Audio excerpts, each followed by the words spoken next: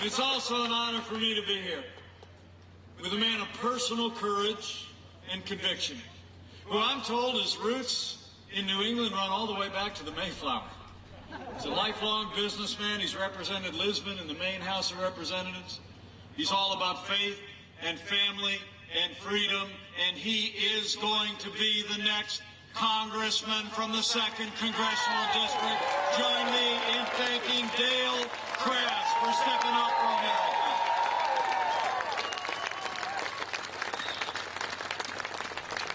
And it's also an honor to be here with another friend of mine. We got to know each other back when I was serving as governor of the state of Indiana. He was the governor of Maine. I saw him lead this state with tenacity, with a cheerful pugilism that made an incredible difference in the life of Maine, past, present, and future. Join me in thanking your incredible former governor, Paul LePage.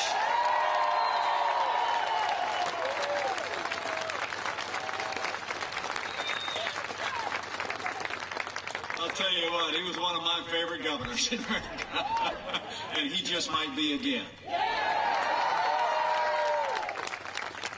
It really is great to be with so many friends. But speaking of friends of mine, I was on the phone with a friend of mine last night. I told him I was headed to Maine, to the 2nd Congressional District, and I think he sounded just a little bit jealous. So allow me to bring greetings from a man who loves the people of Maine and has been fighting to keep the promises that he made to the people of this great state. I bring greetings from the 45th President of the United States of America, President Donald Trump.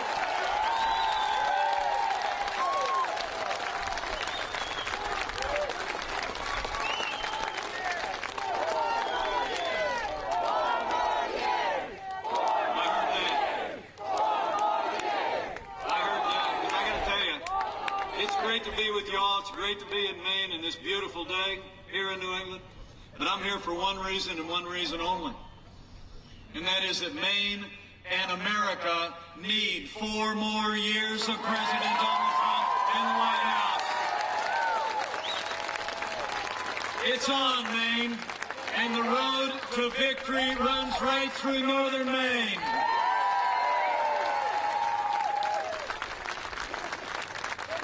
Now, it really is great to be with all of you. If you got a seat out there, you can go ahead and take it if you'd like. I've been traveling all over the country. The president's traveling all over the country. He's out west today. I actually was in Utah about 10 days ago. We had a little debate in Salt Lake City with Kamala Harris. Some people think we did okay. Thank you. But you know, it was my great privilege to be on that stage talking about everything that we've accomplished over the last 4 years and what we can keep doing with 4 more years of President Donald Trump in the White House. I mean, the truth is, 4 years ago, a movement was born. It was a movement of everyday Americans from every walk of life. Here in northern Maine, you believe we could be strong again. You believe we could be prosperous again. Northern Maine said yes to President Donald Trump in 2016, and I know northern Maine's going to say yes to 4 more years of President Donald Trump in 2020. It's because of what we've done. That's what I got to talk about. I mean, think about it. 4 years ago, we inherited a military that had been hollowed out by devastating budget cuts. An economy that was struggling to break out of the slowest economic recovery since the Great Depression. Terrorism was on the rise around the world, and we'd witnessed a steady assault on our most cherished values. But in our first 3 years, under this president's leadership, with our strong allies in the Congress of the United States, we rebuilt our military. We cut taxes. We rolled back regulation, unleashed American energy, secured our border, supported law enforcement, and stood for life and liberty and the Constitution of the United States.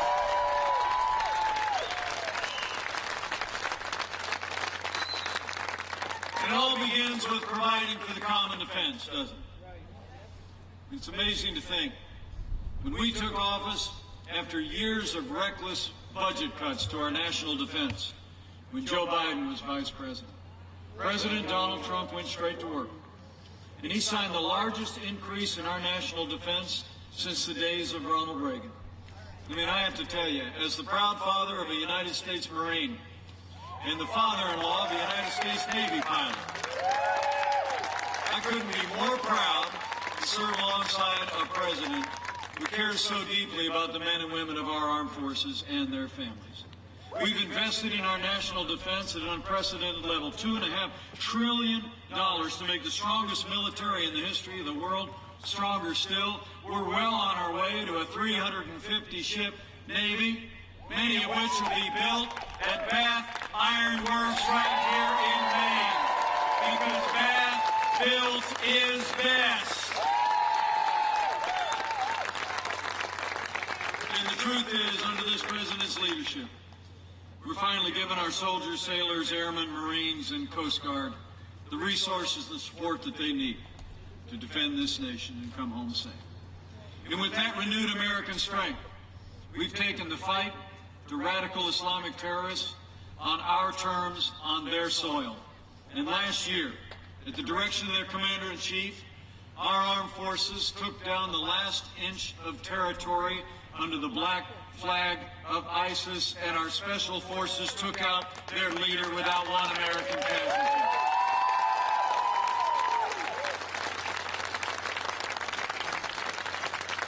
And when American lives were threatened by the most dangerous terrorist in the world, President Donald Trump took action. Our military responded, and Qasem Soleimani is gone.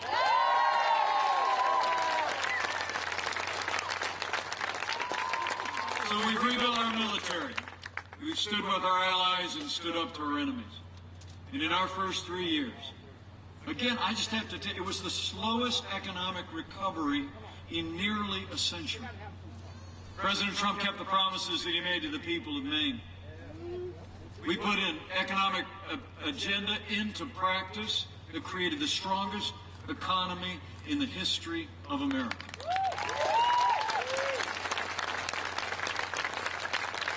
When Joe Biden was vice president, you remember, they tried to tax and spend and bail and regulate us back into a growing economy.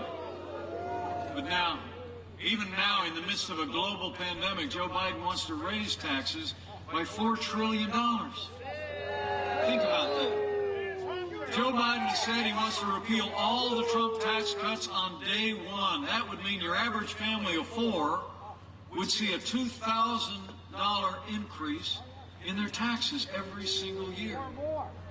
President Trump, well, we cut taxes across the board, rolled back more federal red tape than any administration in history, fought for free and fair trade, unleashed American energy, and in just 3 years saw businesses large and small create 7 million good-paying jobs, including 18,000 jobs right here in the Pine Tree State. And wages are rising across the board. Governor LePage will back me up on this. Wages have been a stubborn indicator for more than a decade. We've seen lots of ups and downs in the economy, but wages were stuck in. I mean, during most of the time that Joe Biden was vice president, wages didn't even keep up with inflation. But because of the policies that you supported and this president advanced, we saw wages rising at their fastest pace in more than 10 years. And what meant the most to the president and me is wages were rising most rapidly for hard-working, blue-collar Americans. The forgotten men and women of America were forgotten no more.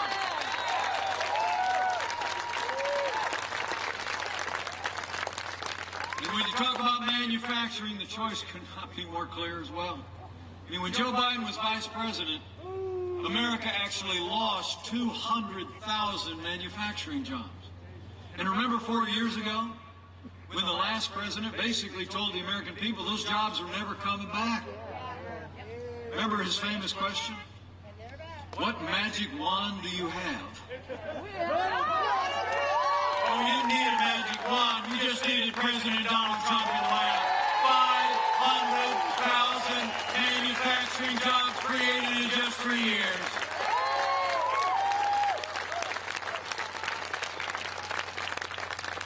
And it wasn't just about the tax cuts and rolling back regulation that made that manufacturing renaissance happen.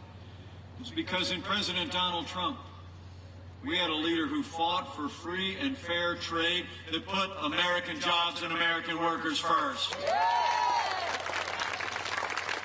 When we came into office, literally half of our international trade deficit, $500 billion, was with Communist China. And for decades, Joe Biden has been a cheerleader for Communist China.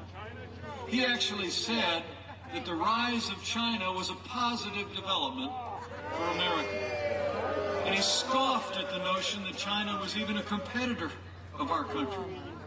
And when Communist China put a 30% tariff on Maine lobsters, this president took action. He said the era of economic surrender is over. We gave Maine's lobstermen $26 million in aid, and we stood up to China to buy more lobsters from Maine and more agricultural goods from America. Under President Donald Trump, the era of economic surrender is over. We're going to stand strong on China until they open their markets to what we make, to what we grow, to what we fish, and treat American intellectual property with the respect that every American deserves. It hasn't just been about China. You all know this past summer, the European Union was saying that they weren't going to drop their tariffs on Maine lobster. So President Trump said, well, we're going to put tariffs on European cars. President Trump stood his ground. Europe's tariffs on Maine lobster are coming to an end. That's what we call the art of the deal. And it's remarkable to think that the Obama-Biden administration actually closed off 5,000 square miles of the Atlantic Ocean to our fishermen here in Maine. But when President Trump took office, we reversed the Obama-Biden policy. We opened up our coast for Maine fishermen once and for all.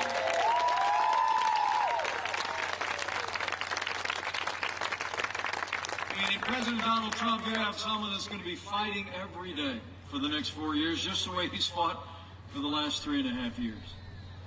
On the details, it's going to be in the fight to fight for American jobs and American workers. And closer to home, here just a couple of hours from the Canadian border, you all remember the impact of NAFTA on manufacturing in this country. You know, in the 25 years since NAFTA was signed into law, out where I come from in the heartland, we literally saw tens of thousands of factories shuttered and jobs moved south of the border. And all those years, while Joe Biden and his party often were critical of NAFTA, they never lifted a finger to reform it or fix it. But thanks to President Donald Trump, NAFTA is yesterday and the USMCA is here to stay. And it's a win for Maine and a win for American workers and farmers. It is. Now, y'all deserve to know that Kamala Harris, Joe Biden's running mate, was one of only 10 senators to vote against the USMCA. She said the USMCA didn't go far enough on climate change. Truth is, Kamala Harris put her radical agenda ahead of American jobs. Under President Trump, we're always going to put American jobs and American workers first.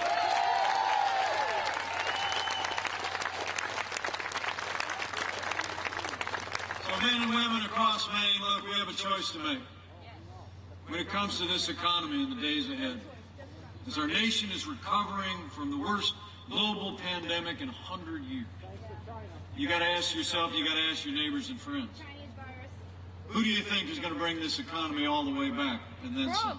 A career politician who spent 47 years in Washington, D.C., raising taxes, stifling our economy under an avalanche of regulation and economic surrender? Or do you trust a proven job creator who will keep cutting taxes, rolling back regulation, and fighting for American jobs every single day? As the President said, it's a choice between a Trump recovery and a Biden depression. So, Maine, we need 4 more years of President Donald Trump in the White House to bring Maine and America all the way back.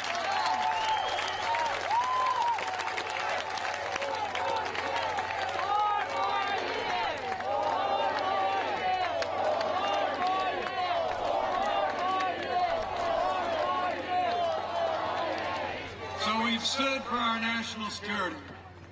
We fought for prosperity and American jobs.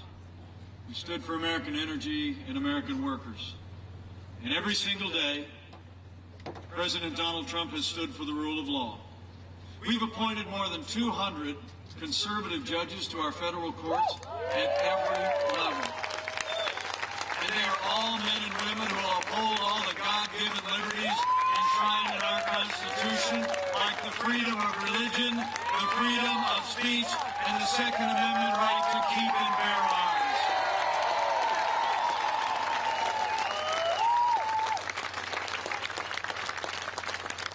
And let me be real clear.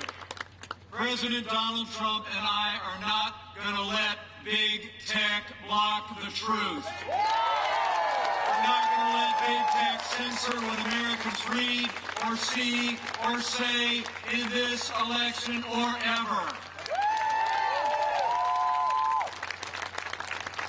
We've been defending all the freedoms enshrined in our Constitution, and we'll do it every day.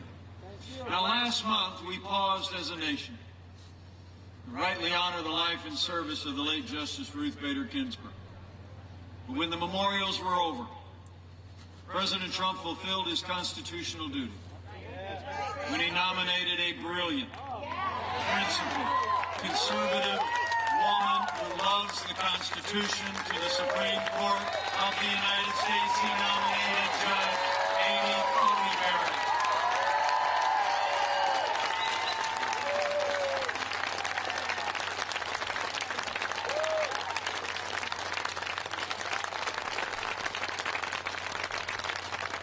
I think America saw over the last week in those hearings the quality, the intellect, the caliber, and the temperament of Judge Amy Coney Barrett.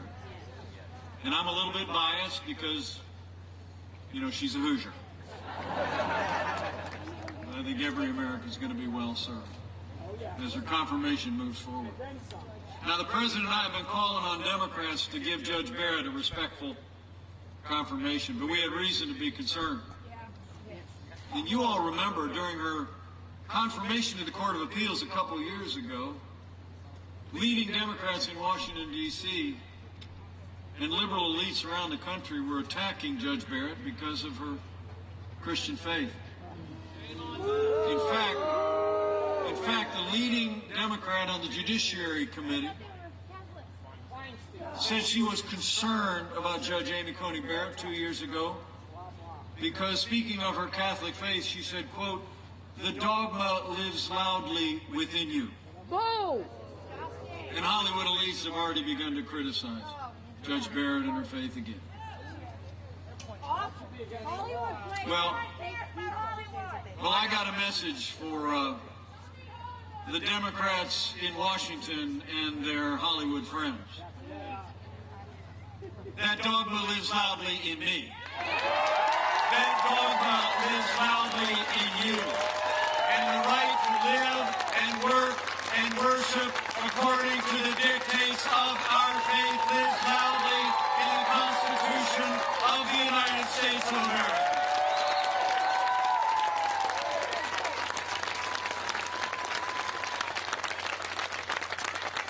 So the Senate's got a job to do.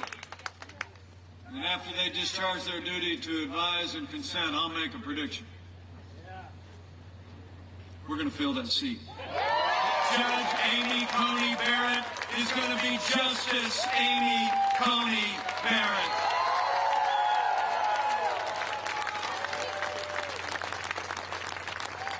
Speaking of the Supreme Court, you know, the people of Maine deserve to know. After 150 years, with 9 seats on the Supreme Court of the United States, leading Democrats in Washington are talking about packing the court. It's true. Thursday night during his town hall, Joe Biden said, "I'm open to considering it," when asked if he'd be willing to pack the court. Kamala Harris said during the Democrat primaries that she was, quote, absolutely open to adding seats to the Supreme Court. And a couple of surrogates for their campaign just yesterday morning on the Sunday shows were saying it outright. Now Joe Biden is saying he's going to tell the American people what he'll do after Judge Barrett is confirmed in a week or so, even though millions of Americans are voting right now. Well, to borrow a phrase, come on, man. Joe, the American people deserve a straight answer. When you're running for the highest office in the land, you got to say whether you're going to respect the highest court in the land. All right? I mean, we all know the answer, right? I mean, I like to say I was born in the morning, but not yesterday morning. I mean, they're not answering the question because Joe Biden and Kamala Harris are going to pack the court with liberal activist judges if they win this election. But we're not going to let it happen. We're going to re-elect President Donald Trump for 4 more years. We're going to stand for the Constitution and an independent judiciary for generations to come.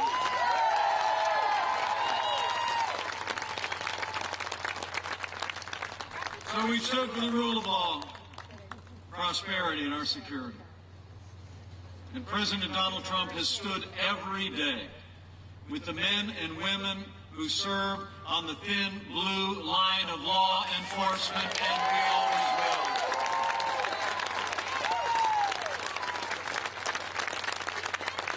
President Trump and I know what you know.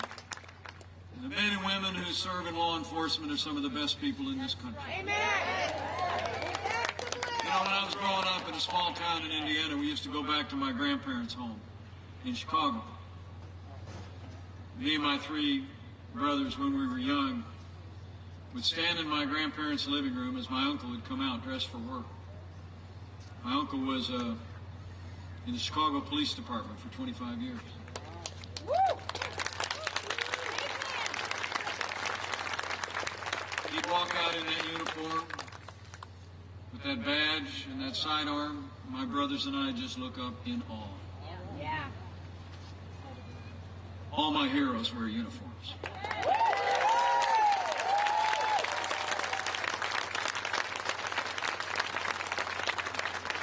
Every man and woman that puts on that uniform every single day, they decide every day to count our lives as more important than their own.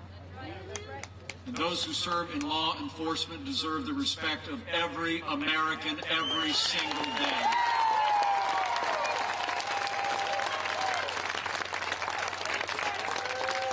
And we just hear it for the law enforcement officers who are here.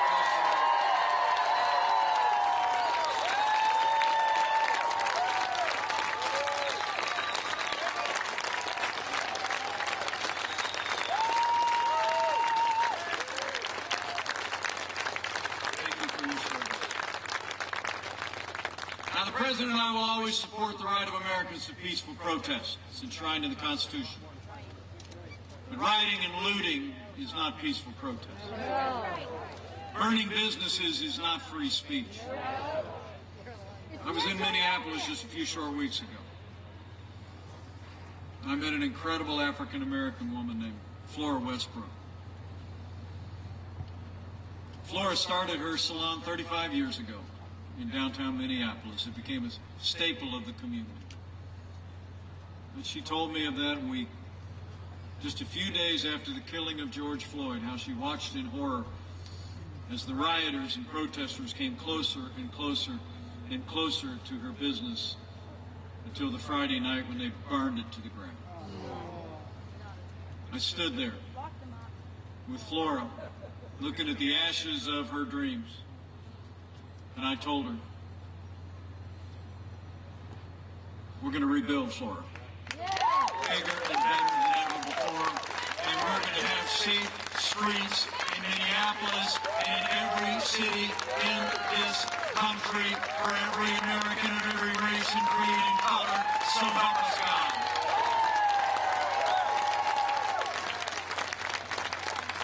Now for months, all summer long, remember, all Joe Biden talked about was peaceful protesters. Because people literally watched businesses like Florida's burn to the ground in our major cities. Protesters need Prozac. And I think you all know. Joe Biden would double down on the policies that have led to violence in our cities. When you start to diminish support for those who protect and serve, you only embolden those who would do harm to our families and our communities. Now, Joe Biden explains it all by saying that, in his words, America is systemically racist. And that Joe Biden thinks that police have a, quote, implicit bias against minorities. When Joe Biden was asked if he'd support cutting funding for law enforcement, he replied, yes, absolutely. And his running mate, Kamala Harris, said we need to reimagine law enforcement, and she recently praised the mayor of Los Angeles for cutting $150 million from the LAPD. Let me make you a promise. With 4 more years of President Donald Trump in the White House, we're going to back the blue. We're not going to defund the police, not now, not ever.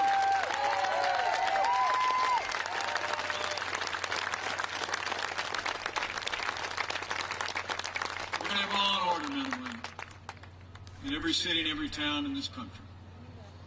So we've stood for the rule of law, for law and order. And this president also stood for the religious freedom of every American of every faith every single day.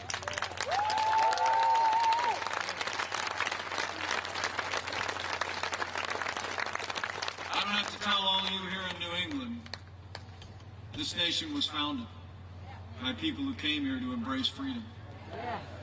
And that first freedom was the freedom of religion.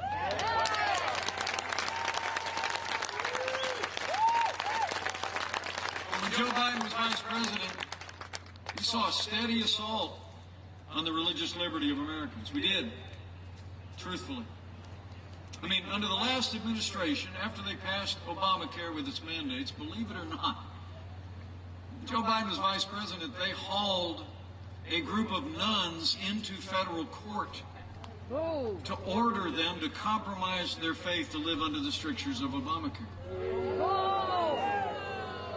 But when President Trump came into office, we ended the assault on the little sisters of the poor, and the Supreme Court just voted by 7-2 to make it permanent. People of faith have no greater champion than President Donald Trump.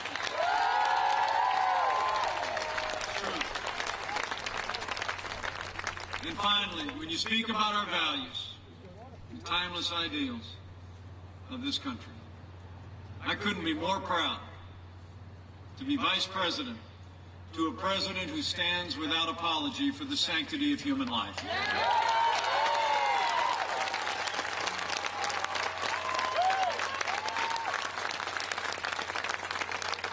And Maine deserves to know Joe Biden and Kamala Harris support abortion on demand, support taxpayer funding of abortion all the way up to the moment of birth. They're calling for historic increases in funding to the largest abortion provider in America, and they're calling for a reinstatement of policies that promote abortion around the world. President Trump, by contrast, when we took office, he reinstated the Mexico City policy that prevented taxpayer dollars from ever being used to promote abortion around the world. And President Trump signed legislation to allow states to defund Planned Parenthood. President Donald Trump is the most pro-life president in American history.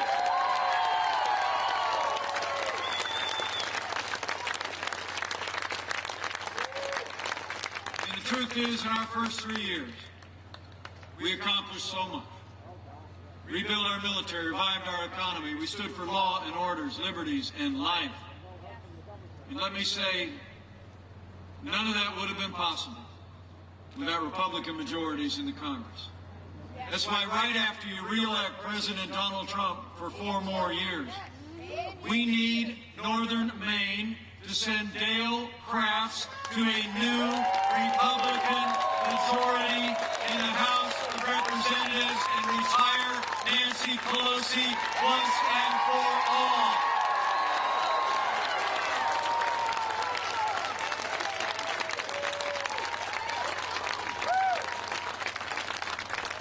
And when you look at what we were able to accomplish with the Republican House and Senate, only one way you can describe it. In 3 short years, we made America great again.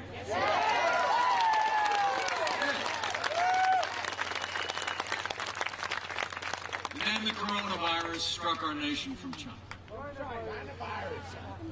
And I'm here to tell you, before the first case of community transmission occurred in this country, President Trump did what no American president had ever done before. He suspended all travel from China, the second largest economy in the world. Now Joe Biden called that hysterical.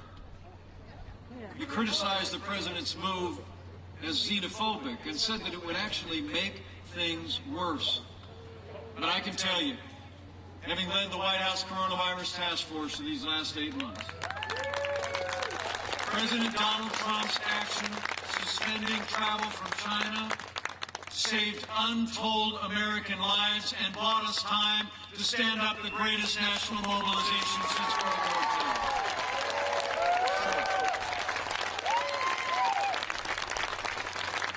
II. We reinvented testing. We saw to the production and the manufacture of literally billions of medical supplies. And with a partnership with companies like Puritan Medical Products, we ramped up production. That company's going to be creating 60 million swabs a month. We've done 120 million tests, and we just sent 100 million tests to school nurses and school administrators around America to get our schools open and to keep them open safely.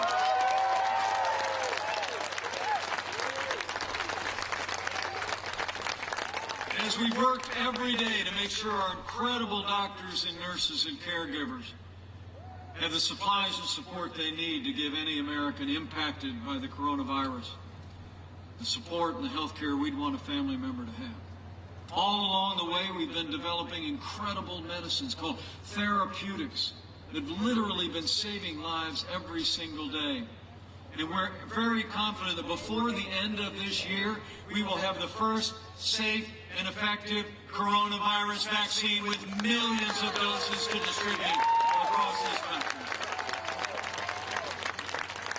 It's never been done before.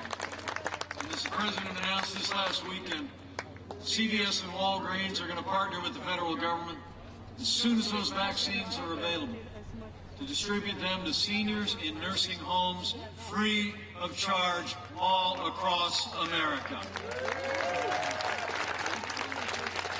So we're going to keep making sure our doctors and nurses have what they need. We're going to keep protecting the vulnerable and saving lives. And where Joe Biden is talking about shutting down our economy, under President Donald Trump, we're opening up America again.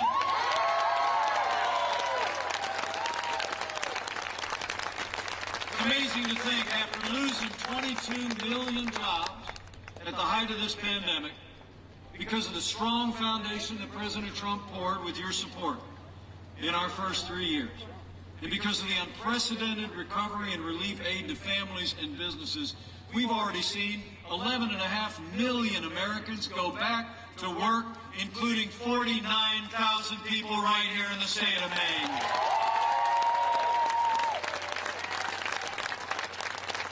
But we're opening up America again. There's a booming recovery that's already begun. The Truth is, when you look at their agenda on the other side, where they're even talking about shutting down the economy again in the future, where they're talking about tearing down our institutions with things like court power, stifling our economy with more taxes and more regulations, passing their own version of the Green New Deal. I got to tell you, it's clear. When you look at their agenda, you can tell Joe Biden would be nothing more than a Trojan horse for the radical left. You know, Joe Biden said that democracy's on the ballot on November 3rd. Well, I think our economic recovery is on the ballot. I think law and order are on the ballot. But I also believe that there are things much more foundational to this country that are on the ballot as well. In this election, it's not going to be so much whether America ends up more Republican or more Democrat, more red or more blue, more liberal or more conservative. I think the choice in this election is whether America remains America.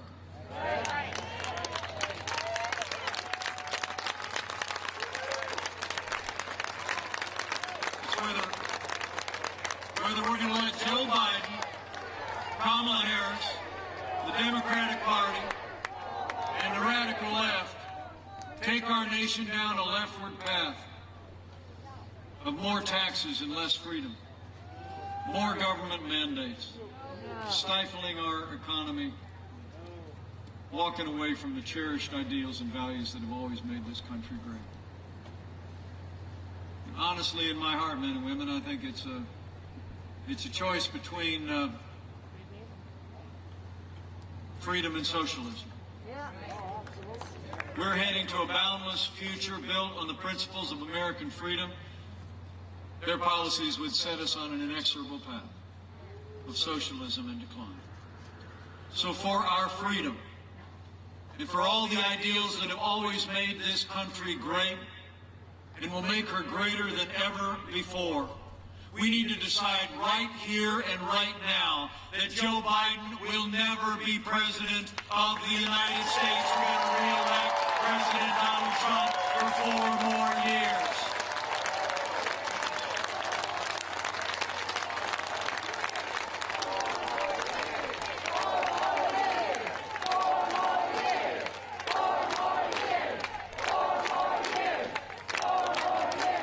It's on, man. It's time.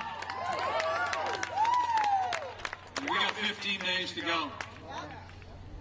And northern Maine looms large. You were there for this president and our team in 2016. And we know northern Maine's going to be there again.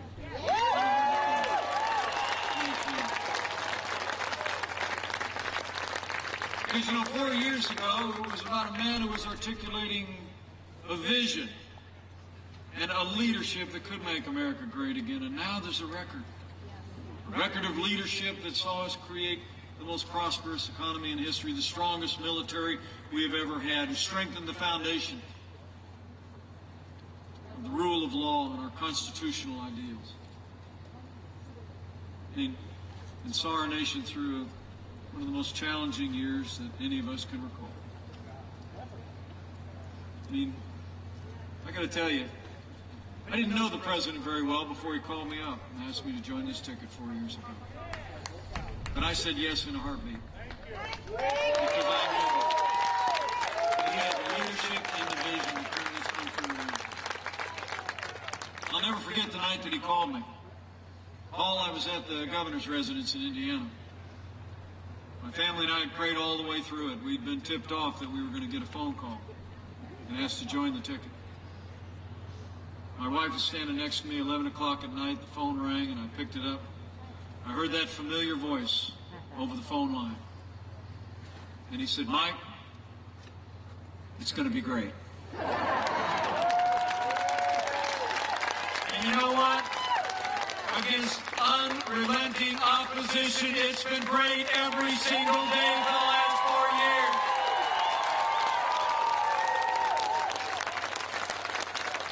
Because I can tell you, in every single day in that campaign, that historic victory, And every day since, the Democrats in Washington have thrown everything at this president but the kitchen sink. And their allies in the media have repeated every false accusation they could find against our president. I've seen him when the cameras are off. And I can tell all of you here in Maine. There's not a day gone by that President Donald Trump hasn't gotten up and fought to keep the promises that he made to the people of this state. Now it's our turn to fight for him. It's on. We need to bring it. I got a couple things I want to ask you to do over the next 15 days, if you're of a mind, and then I'm going to jump on a plane and go to Pennsylvania.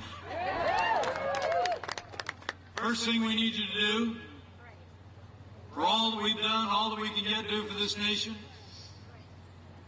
is vote, Maine. Vote to re-elect President Donald Trump for 4 more years.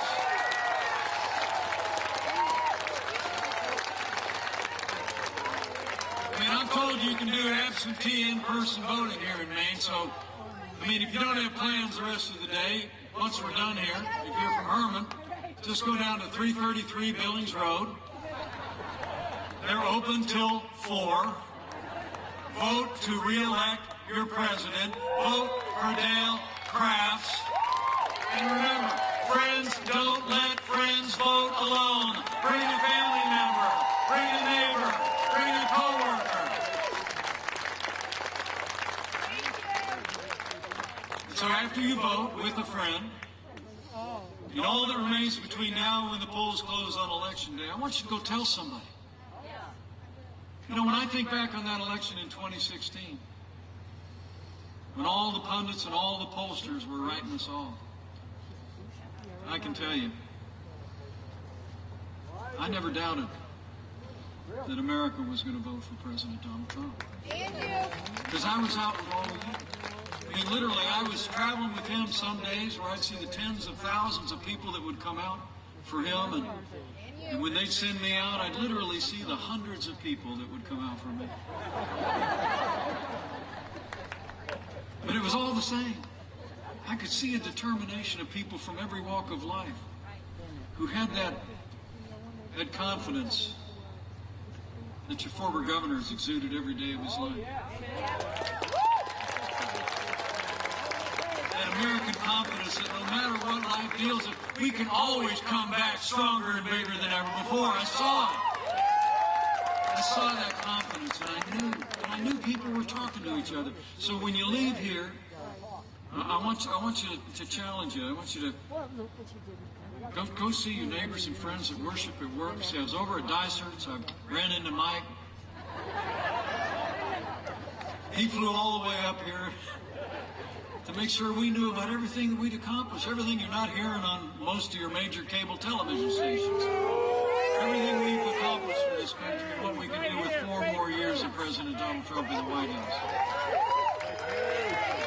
There's nothing more powerful than when someone who knows you hears from you about an issue that you think is important to them, to this community, to this state, and this nation. So reach out and let your voice be heard. Yes. So finally, let me just also say, you know, in these challenging times in the life of our nation, where we continue to deal with the impact of a global pandemic, where we seem to be more divided now than any time in my lifetime,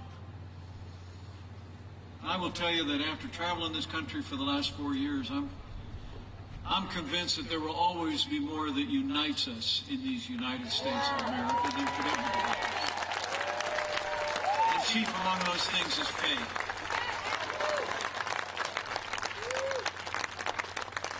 I mean, when the President and I are traveling around, the sweetest words we ever hear is when someone will look at us across a rope line, God bless you. or backstage and say, I'm praying for you.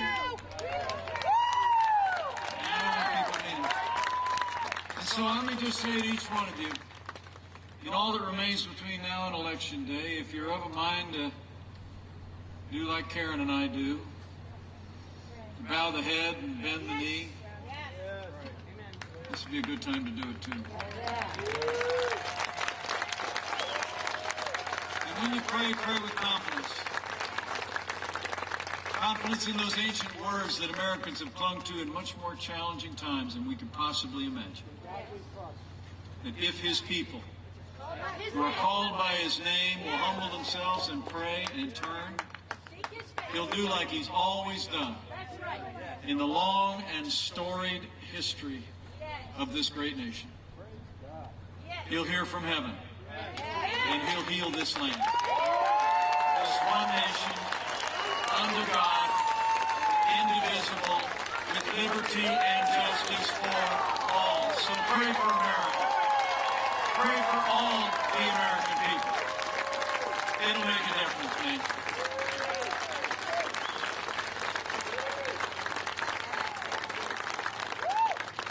So I thank you all for coming out today. I really do. Thank you. It's humbling for me to see so many people come out on a Monday morning, taking time away from family and work. I can't wait to get on the plane and give them a call.